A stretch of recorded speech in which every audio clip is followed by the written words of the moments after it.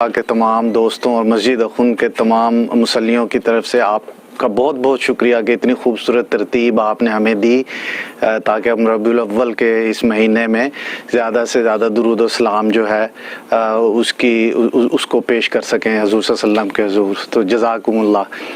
حضرت سوال میرا یہ ہے کہ ہمارے نبی حضرت محمد صلی اللہ علیہ وسلم جو کہ رحمت العالمین ہیں اور جو کہ اپنے امت کے لیے ہر وقت تڑپتے ہوئے اللہ سے مانگتے رہتے تھے، تو یہ درود و سلام ان کو پیش کرنا کیا ان کی ضرورت ہے کہ ہم ان کو درود و سلام بھیجیں، یا جو درود و سلام لوگ بھیج رہے ہیں اس کی فضیلت سے الٹا ہمیں ہی فائدہ ہوگا؟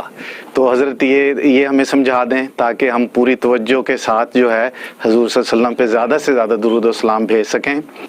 جزاک اللہ. بہت شکریہ سوال کرنے کا. حضرت سے تفصیل پوچھتے ہیں. ماشاء اللہ آسن جمیل جو ہے وہ ہماری خانقاہ میں تشریف لاتے ہیں، بڑا خوبصورت سوال کیا ہے.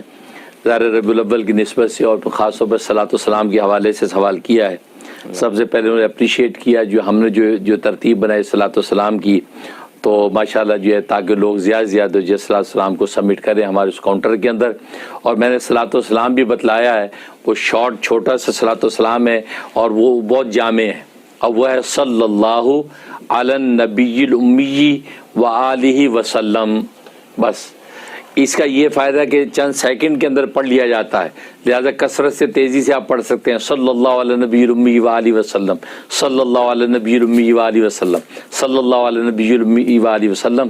تو اس میں نبی امی، کیونکہ نبی پاک صلی اللہ علیہ وسلم کو اپنے آپ کو امی کہلوانا بہت پسند تھا، تو ان کو جب نبی امی کہہ کے صلاۃ و سلام بھیجا جاتا آپ کو بہت محبوب ہے. اور پھر وہ آلی، آپ کی آل بھی ساتھ شامل ہے، تو لہذا اس کے بعد سلامتی.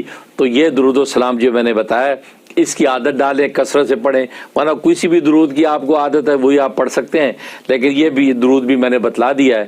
تو ماشاءاللہ احباب اس کے مطابق جو ہے وہ ہمارے کاؤنٹر کے اندر صلاۃ و سلام سبمٹ کر رہے ہیں. تو باقی یہ ہے کہ جو سوال آپ نے کہ صلاۃ و سلام ہماری ضرورت ہے یا رسول اللہ صلی اللہ علیہ وسلم کی ضرورت ہے، بڑا اچھا سوال کیا ہے. اصل میں پہلی بات تو یہ کہ صلاۃ و سلام ایک دعا ہے. دعا اللہم صلی علی محمد، کیا مطلب؟ اے اللہ محمد صلی اللہ علیہ وسلم پر اپنی رحمت نازل فرما. تو اللہ سے دعا کر رہے ہیں ہم رحمت کی کہ نبی پر رحمت نازل فرما، یہ دعا ہے. اچھا، دعا کا فلسفہ یہ ہوتا ہے کہ اس کا نفع دوسرے کو پہنچتا ہے جس کے لیے آپ مانگ رہے ہیں. دعا کی حقیقت ہوتی، دعا کا مطلب کیا؟ میرے لیے دعا فرمائیں، مطلب آپ کی دعا سے مجھے نفع پہنچے گا. تو دعا کی حقیقت یہ ہوتی ہے کہ اس کا نفع دوسرے کو پہنچتا ہے. لیکن یہ ایک ایسی عجیب و غریب دعا، اس کا نفع دوسرے کو نہیں پہنچتا، اس کا دعا خود مانگنے والے کو پہنچتا ہے. اللہ، یہی وہ فضیلت ہے اس درود کی، جو یہ دعا کی کہ کسی اور چیز کو حاصل نہیں. کیونکہ اس میں جب انسان کہتا ہے اللہ اپنے محبوب نبی پر رحمت نازل فرما، وہ تو آپ کی رحمت کا محتاج ہی نہیں ہے، کیونکہ وہ تو رحمت للعالمین ہے، وہ پہلی رحمتوں میں غوطے کھا رہا ہے، اس کی اتنی شان و عظمت ہے. ہاں، مانگنے والا جب مانگتا ہے کہ ان پر رحمت کی دعا مانگتا ہے تو اللہ تعالیٰ اس مانگنے والے پر اپنی 10 رحمتیں اتار دیتا ہے. اس لیے حدیث میں آتا ہے کہ من صلی علیہ واحدتن، جو ایک مرتبہ مجھ پر رحمت کی دعا کرتا ہے، صلی اللہ علیہ عشرہ، اللہ اس پر 10 رحمتیں نازل فرماتا ہے. اور ایک روایت میں فرمایا اس پر 10 رحمتیں نازل فرماتا ہے، اس کے 10 گناہ معاف کر دیتا ہے اور اس کے 10 درجے بلند کر دیتا ہے. تو گویا کہ اس قدر بڑی عبادت ہے. تو یہ ایسی دعا ہے کہ اس کا نفع مانگنے والے کو ملتا ہے، اور مانگنے والا ہی اس کا محتاج ہے، جس کے لیے مانگی اس کو کوئی نفع نہیں، کیونکہ وہ تو خود ہی رحمتوں کے اندر ہے. اس لیے قرآن کریم میں اللہ تبارک و تعالی نے جس انداز سے اس کو حکم دیا ہے، فرمایا ان اللہ و ملائکتہ، بے شک اللہ اور اس کے فرشتے، یصلون علی النبی، یہ جو ہے وہ صلاۃ بھیجتے ہیں اپنے نبی پر. یا ایھا الذین آمنوا، اے ایمان والو، صلو علیہ وسلموا تسلیما، تم بھی صلاۃ بھیجو اپنے نبی پر اور سلام بھی، یہ فرمایا. تو یہ اس انداز سے اللہ نے کسی عبادت کو حکم نہیں دیا سوائے صلاۃ و سلام کے، کہ پہلے اپنا ذکر کیا، میں بھی صلاۃ بھیجتا ہوں، فرشتے بھی صلاۃ بھیجتے ہیں نبی پہ، ایمان والو تم بھی صلاۃ بھیجو. اس میں اشارہ یہ کر دیا کہ اے ایمان والو اگر تم بھیجو گے صلات تو تمہاری ضرورت پوری ہوگی, تمہیں نفع پہنچے گا, وہ تمہاری صلات کا محتاج نہیں, کیونکہ اس کی شان عظمت کا عالم یہ ہے اس پر تو میں اور میرے فرشتے پہلے سے صلات بھیج رہے ہیں, اس پر تو پہلے سے صلات بھیجا, اللہ بھیج رہا صلات, فرشتے صلات بھیج رہے ہیں, وہ تمہاری صلات کا محتاج نہیں. ہاں تم محتاج ہو, تم اگر صلات بھیجو گے تو تمہیں ہم رحمتوں کے اندر نہلا دیں گے. اس لیے یہ واحد دعا ہے کہ جس کا نفع خود مانگنے والے کو پہنچتا ہے, مانگ دوسرے کے لیے نفع خود اسی کو پہنچتا ہے. اس لیے یہ خاص نوعیت صلات کو جو حاصل ہے وہ کسی اور دعا کو حاصل نہیں. اسی تو حدیث میں آتا ہے یہ واحد نیکی ہے صلاۃ والسلام کی, یہ کبھی رد نہیں ہوتی. ایون غفلت کے اندر بھی آپ نے اگر پڑھ دیا تو بھی قبول ہوتی ہے.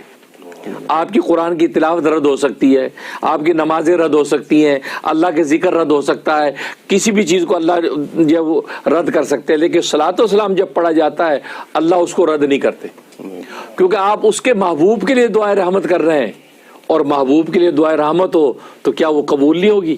بلکہ حدیث میں فرمایا کہ اے لوگو تم اپنی دعاؤں میں مجھ پر صلاۃ و سلام ساتھ شامل کر لیا کرو.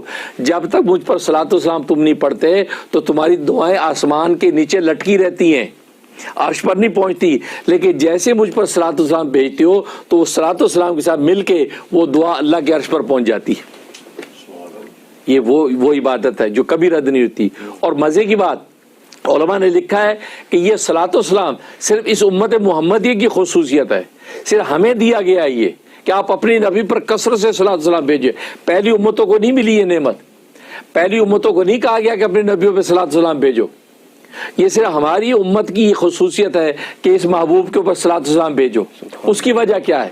اصل میں اس میں راز یہ ہے کہ پہلی امتوں کے اندر جب نبی آئے تو نبیوں کو معجزات اللہ نے دیے.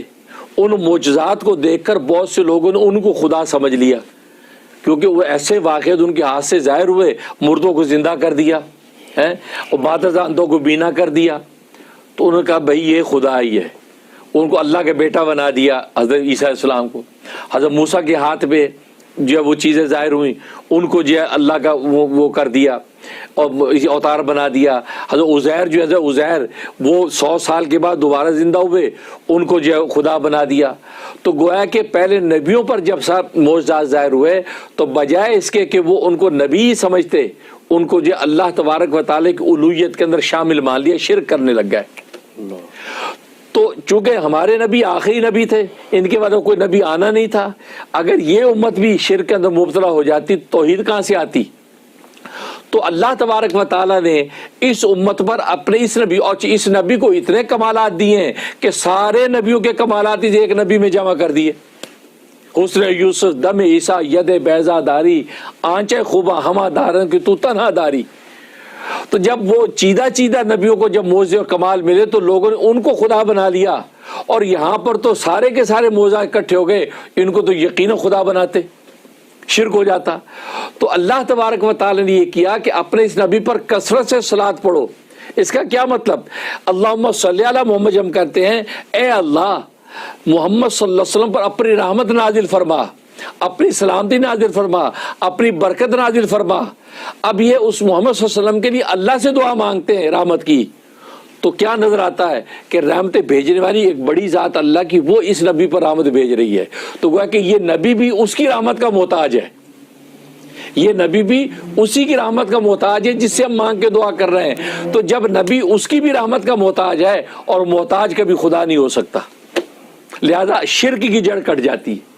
تو شرک کی جڑ کاٹنے کے لیے صلاۃ و سلام کی عبادت لاگو کی ہے.